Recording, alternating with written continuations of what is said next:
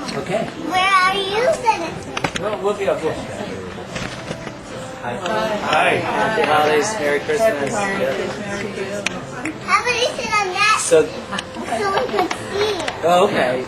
Did you want to sit there? Sit in the seat, but I can do that. Yeah, right. Yeah. There you go, little girl. I can. Okay, now you can give it.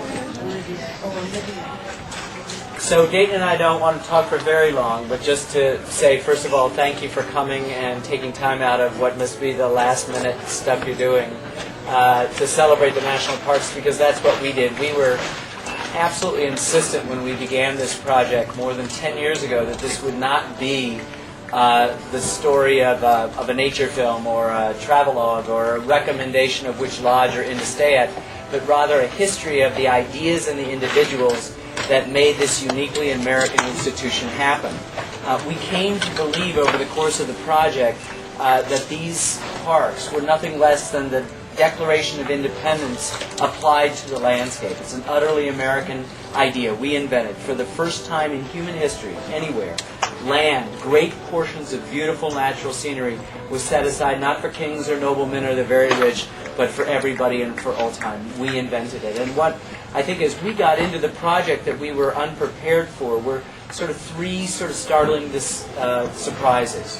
One is that we were unprepared for the beauty. No matter how much you talk about it, no matter how many pictures you see, like the shadows on Plato's cave, they are but shadows. And to be in the parks, I think, was transforming for us. The one thing we didn't understand either was how diverse this story is. We'd known about John Muir, we knew about Teddy Roosevelt, we knew about a bunch of famous white guys, but we didn't understand how wonderfully complicated the story of the national parks is, that at each different park, how it was created involved regular people like you and me who fell in love with a place and spent the rest of their lives sometimes trying to save that place. And that diversity, the fact that it looked like America, that the story was black and brown and red and yellow and female and not just sort of white and male and famous, was enormously appealing to us. This was not some politically correct pursuit on our part, but a naturally occurring thing. And then finally, I think what we were more than anything unprepared for was just how much these parks provide a kind of open heart surgery on all of us. We were unprepared for that as we went into the parks. It wasn't just their beauty, it was something else. These were a covenant. The writer Terry Tempest Williams said that by saving them, we save ourselves. And we sort of really firmly believe that. And every one of the historical characters, 50 or 60 odd that you meet in the course of the film, were themselves transformed. That the people we interviewed to help us understand those historical characters and those beautiful parks needed also to tell us about when they went as a child and what that moment was when they were transformed. And I think as we began to work, we gathered ourselves incredibly moving stories associated with our own lives, memories recovered, memories strengthened, generations served. So the shorthand of that is that saying, when you stand on the rim of the Grand Canyon and you look down, and the work of the Colorado River has carved and revealed Precambrian Vishnu schist that is 1.7 billion years old. That's nearly half the age of the planet.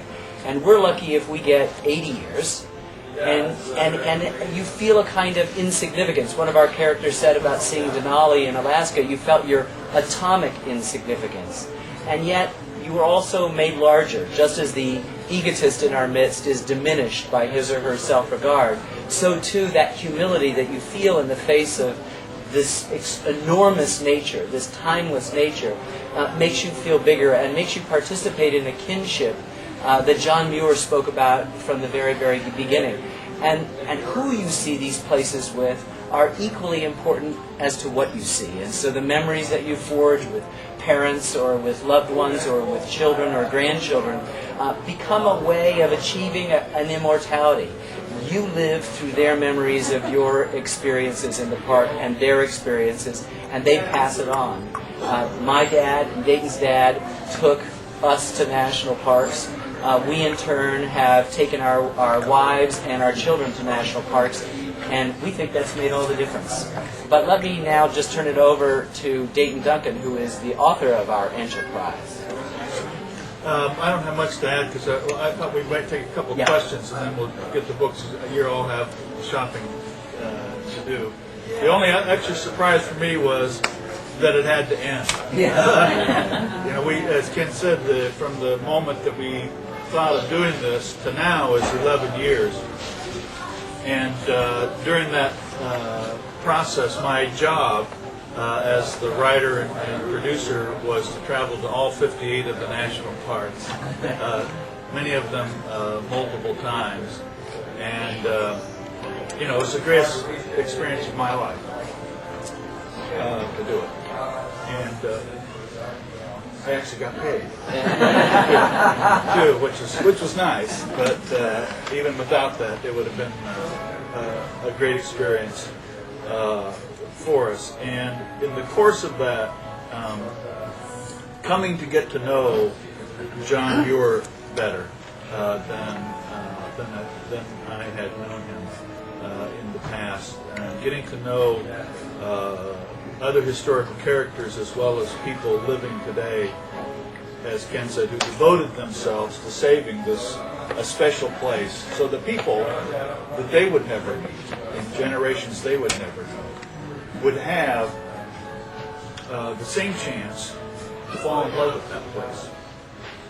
And to me, that's what the heart of the story is the ability that you have to sort of touch immortality, or eternity perhaps, when you're at one of the national parks. Because you can know as you're standing there that you are seeing what people thousands of years ago saw, essentially in the same way, and have the hope that 1,000 years from now, someone will see that same thing. And that is a brush, at least, with eternity. If you add to that the sort of generational handoff that if you're blessed enough that your parents took you to a park and then you take your children, you've linked 3 generations and have experienced this passing of time in a very profound sense. So it was a wonderful project. We're sorry that it's over. And we are very happy that you're here and that you're buying our book. And Olivia's happy about that. All the book goes to Olivia. If you've got a couple of questions, we'll do that, and then we'll sign books in your hand. If you don't have any questions, we'll just go right to signing books. But if you have something you want to know, here's your shot. Yes, sir. Having been able to view the historical context of the park in the past, do you see them being in danger going forward in the future, or how do you see that? Well, the history of the park that we've learned, as the history of so many other things, are sort of peaks and troughs, and sometimes we pass through some tough times where the money hasn't been appropriated. We've just emerged from at least 8 years of relatively not benign neglect of the park, where someone estimated that there's $8 billion in deferred maintenance, just to keep things up to snuff, not talk about expansion or improvement or sorts of change.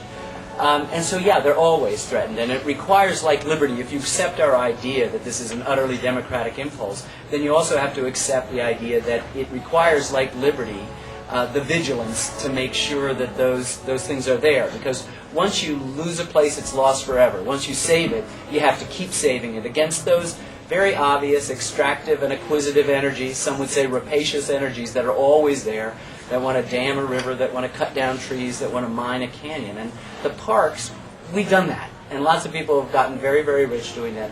But we also had the foresight to set aside these places, and not just those places, but places that show our complicated history. And unlike any other country on earth, we're willing to look at not just battlefields and Statue of Liberty and Mount Rushmore and Lincoln Memorial. We're willing to look at places of shame, places where our history does not commend us. And yet that clear-eyed view is, I think, what distinguishes us. And so it just requires your vigilance. Please go to them. Please support the expansion of the national parks, or at least them coming up to snuff, and then it'll be all right. All you have to do is think, what would we be like without the national parks?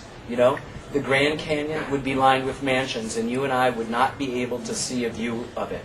The Everglades, one of the most diverse habitats on this planet, would have been long since drained and covered with strip malls and development and golf courses. Zion and Yosemite, look at the cover of the book you're buying. That is one of the most beautiful places on Earth. Both of them are two of the most beautiful places on this planet, and they would be gated communities. And Yellowstone National Park, the first national park, would be, as Dayton likes to say, geyser world. So you can only wonder, what the benefits of sharing things in commonwealth have meant for all Americans. And that's what we've tried to celebrate, that's what we've tried to get at. But implicit is the need to sort of be on top of it and care about them and visit them and take your kids and your grandkids to see them and inculcate in them. This gal's been to 4 or 5 national parks already, the Grand Canyon and Zion and Glacier and Arches and Canyonlands. So. I know you all research and do everything you need to do before you go really well, but I guess I'd like to ask, in the process of working on the piece for each one of you, what you found, what surprised you? There must have been some things that were surprising as you went through the process, and you talked about a decade of work.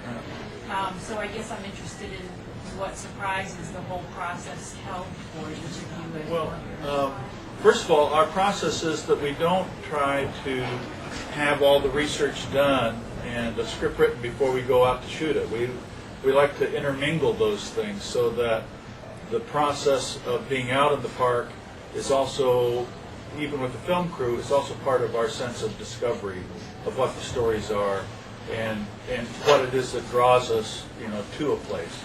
What is the essence of Yosemite? You can find that by reading books ahead of time, but you can find it better if you go there and stay open to it. But that being said, I think for me the surprising thing is, it turned out to be not surprising, I suppose, but the surprising thing to me was the realization that of how bottom up this story really is. In every instance, I mean, there are presidents and other people who come to play an important role in the history of the national park idea. But that generally is just on those lucky moments when we have leadership at the top that reaches down to what is bubbling up underneath, like the forces underneath Yellowstone. That's always there. And so if you turn over the rock of any national park, what I've learned was there's always a story of one person, 2 people, 20 people, 3 organizations, women's clubs, hiking clubs, sons of slaves, biologists, whatever, who are the ones who devoted themselves, just determinedly for years and years, and often against great resistance to try to save it. So I sort of knew that was. I knew a couple of the stories when we started off that these would be good stories, but then as you looked at each park and say, okay, what is it about this park, number one, that distinguishes it, and should we tell its story? And also, what is the story of how it became a park? What surprised me was that it was almost always from the bottom up, and as Ken said earlier, what an incredibly diverse story it is. The story of visitation to national parks for a century and a half was predominantly white, upper middle class Americans. The story of how parks got created and the regeneration of the national park idea over time is not that at all. It's black, it's red, it's Asian, it's male, it's female, it's rich, and it's poor. And so that was, I think, a surprising thing to me. And as someone who's spent, some part of my life, much to the dismay of the Democratic Party, in politics, losing campaigns, it was a great democratic with a small d story, a very inspiring story. I agree. I think the surprises, as I said, are just that what I said before about open heart surgery, that we're not prepared for the emotional power that the parks exert. Quite apart from that beauty, that physical beauty, is itself enough. You know, someone said to me after she had seen the series back in September that nature is never wrong. You know, human beings and civilization get things wrong all the time. Society makes mistakes, but there's no mistakes in nature. It may be harsh, it may be violent, it might be terminal. But what we've saved in the national parks is that sort of reminder of something that's permanent, stable, and also inspirational. It reminds us of a higher...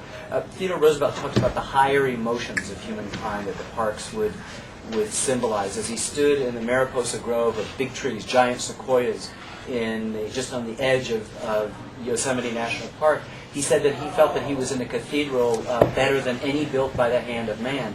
And then he said, you know, we are not building this country of ours for a day.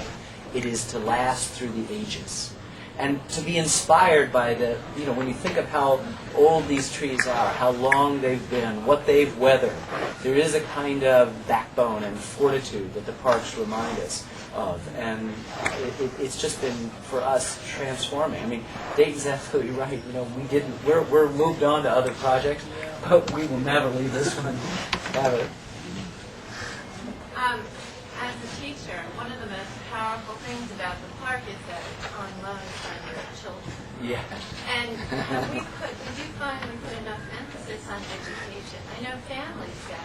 We've gone to the parks. We go every summer, but we've found that a lot of kids in schools are not always aware of the parks. And the fact that they belong to us, belong to everybody. How do we do that? Well, you know, it's exactly through the thing that we're doing right now, in having this conversation, in writing books, in making television documentaries that are seen by 33.4 million people the first time. And what we also do, because most broadcast television is skywriting, it disappears with the first breeze, is we insist that these are evergreen things. And so we also do huge educational outreach. And in fact, for this project, we expanded it more than we've ever done before for this very reason. And I have taken Shelton Johnson, if you saw the series, the African-American park ranger in Yosemite, into inner city schools in different cities around this country and watch kids just bug-eyed at the idea that there was somebody who looked and sounded like them, who was a champion, a hero of the national parks, and we needed to celebrate. But we do have a problem. You know, attendance after the Second World War just skyrocketed through the 50s, 60s, 70s, and 80s, and early 90s. And now it's leveled off a little bit because most of us are consumed by a digital world we seem incapable of prying ourselves away from, and we think that somehow the national parks are other. In fact, what the national parks represent are real experience, not virtual experience. They represent real relationships to our children as well as to ourselves.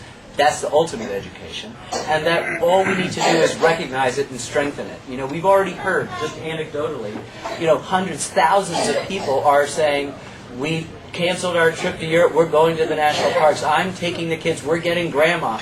We're all going. And what happens is that memory is such an elusive thing that we often forget the quotidian day-to-day experiences. But you never forget that time. Dayton will never forget that time in the late 50s when he traveled out to those parks. I will never forget that time when my dad and I, when I was 6 years old in 1959, went to Shenandoah National Park.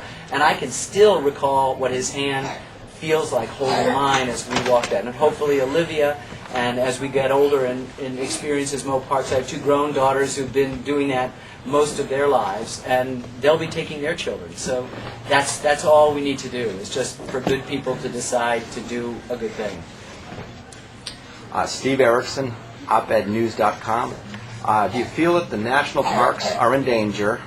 What's your next project, and will you do something like a court system documentary? The question is, parks, one of the three questions is, are the parks in danger? And the answer is, the parks are always in danger.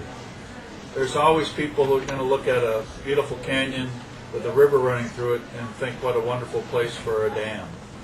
And they'll look at a mountainside and think, I wonder what kind of valuable minerals may be buried under there, or a forest, and think, start calculating in their minds how many board feet of lumber they can get up. That's part of who we are as human beings, particularly as Americans.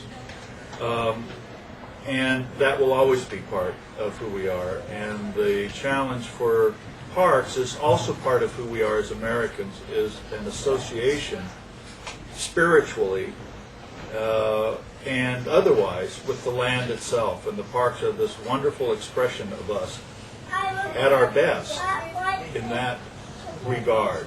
But they are in danger now, and they will always be in danger. And part through education and through generational handoffs, the only way that they stay safe is if a new generation of park heroes is born and encouraged to have its own leadership.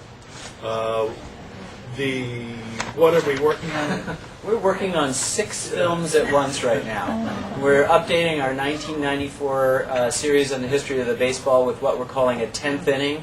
There was an event that happened in the fall of 2004 that we felt bore revisiting, and it felt, since we had detailed the Red Sox unbelievable misfortunes in the first 9 episodes, that we could, at least as part of a very complicated story, because we feel baseball mirrors us, do that. We're working on a history of the Dust Bowl. We're doing a history of Prohibition. We're working on the story, a contemporary history of the Central Park jogger case. We're doing a major series on the history of the Roosevelts, not just Theodore or Franklin, but Theodore and Franklin and Eleanor, and try to understand the way in which those 3 individuals so changed our notion of democracy and what the role of government was in people's lives. And after having vowed after the Civil War series not to do another film on war, and then sort of took it back and did, as you remember 2 years ago, the history of the Second World War from a bottom-up perspective of 4 U.S. towns, we're now tackling Vietnam, which will be probably the most complicated of all the dramas about war that we've tried to undertake. Is that enough to work on? Yeah. Well, we'll get to the court system in the 20 years from now. Yeah, 20 years from now. Anyway, one more question. Yeah. Back to the back. Thank you. In interviewing people who have intimate familiarity with the parks, did you hear observations made about habitat change and climate modification that as part of this project? Oh, of course. And Dayton's favorite national park is Glacier, and if you go there, there's a good chance that our children or our grandchildren will visit the national park formerly known as Glacier. It will still be beautiful, but that jumble of glaciers and lakes and all of that are threatened and diminished. Just in the scope of our project, stuff has been visibly shrinking. So it's a real thing. Yeah, I mean, ours is a history and not journalism. And our narrative starts in the 1850s and takes you to about the 1980s or so.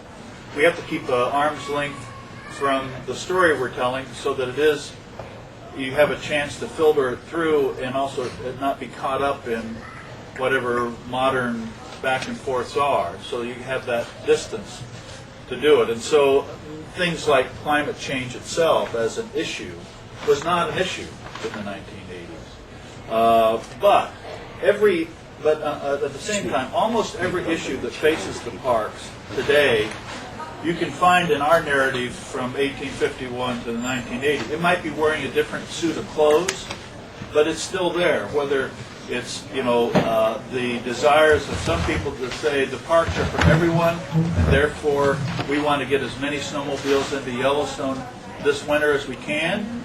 That wasn't an issue, obviously, before there were snowmobiles. That thought, that fight, that tension was there from the start when early visitors to Yellowstone thought nothing of going and scrawling their names into the formation around Old Faithful. So naturally or innocently, or however you want to characterize it, they'd even put their full name and their address. They just thought, well, that's great. Or they would take a log and they'd throw it down the mouth of a geyser to see if it would throw it up in the air. Or someone would take laundry soap and put it down another geyser, because that was seen as a way to get it to spout. Science part of our story in our fifth and our sixth episodes, in our fifth and sixth chapters, which mirrors the film,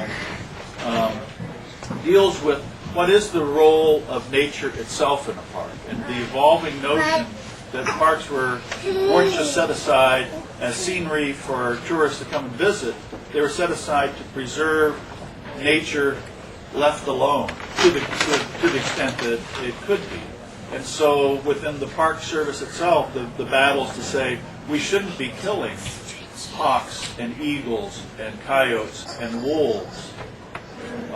We should be, doing things that lets them, exist as they should. Nor should we be feeding hay to the elk and the bison.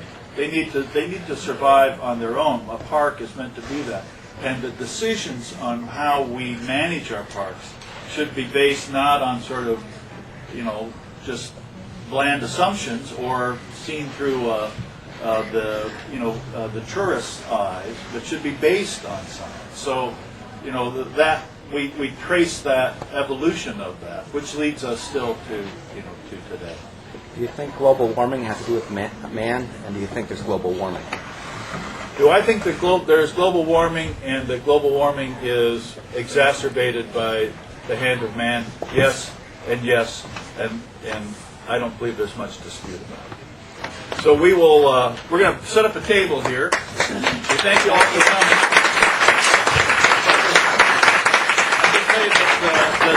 As the author of the book, one of the great things when Ken and I are working on a project together is that when we're in the editing room and a scene that I think was about as well written as any person ever has, and he says we've got to chuck it from the film, as I start to dissolve into tears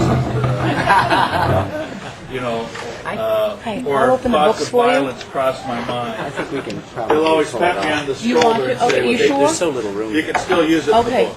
You sure? So the great thing about doing the companion books is that it allows me as the author to put information back in that didn't make it into the film. So, I love being able to do a book that's also part of the film. Thank you again. Thank you. Okay. Now, I bet you if we steal a chair from... Well, this one. We'll steal one of those chairs when you guys are going to... Who's first? You guys look like you deserve to be first, right? Thank you. You've been here for Okay. whatever you do, whatever you want. Yeah, let's do this. Will you sign other books as well? Of ours? Absolutely. I'd like Ernest Hemingway. Yes, I'll sign Leo Tolstoy's War and Peace. I brought a bunch of your other. Oh, that's great. Happy to do that. Okay, do you want to just sign to someone in particular? Yes, to Ian Marie. Thank you. This is wonderful. Good. It's great to be with you. Amazing men. We appreciate it. Thank you. Thank you. Thank you very much. Tears running down my eyes. And this one is to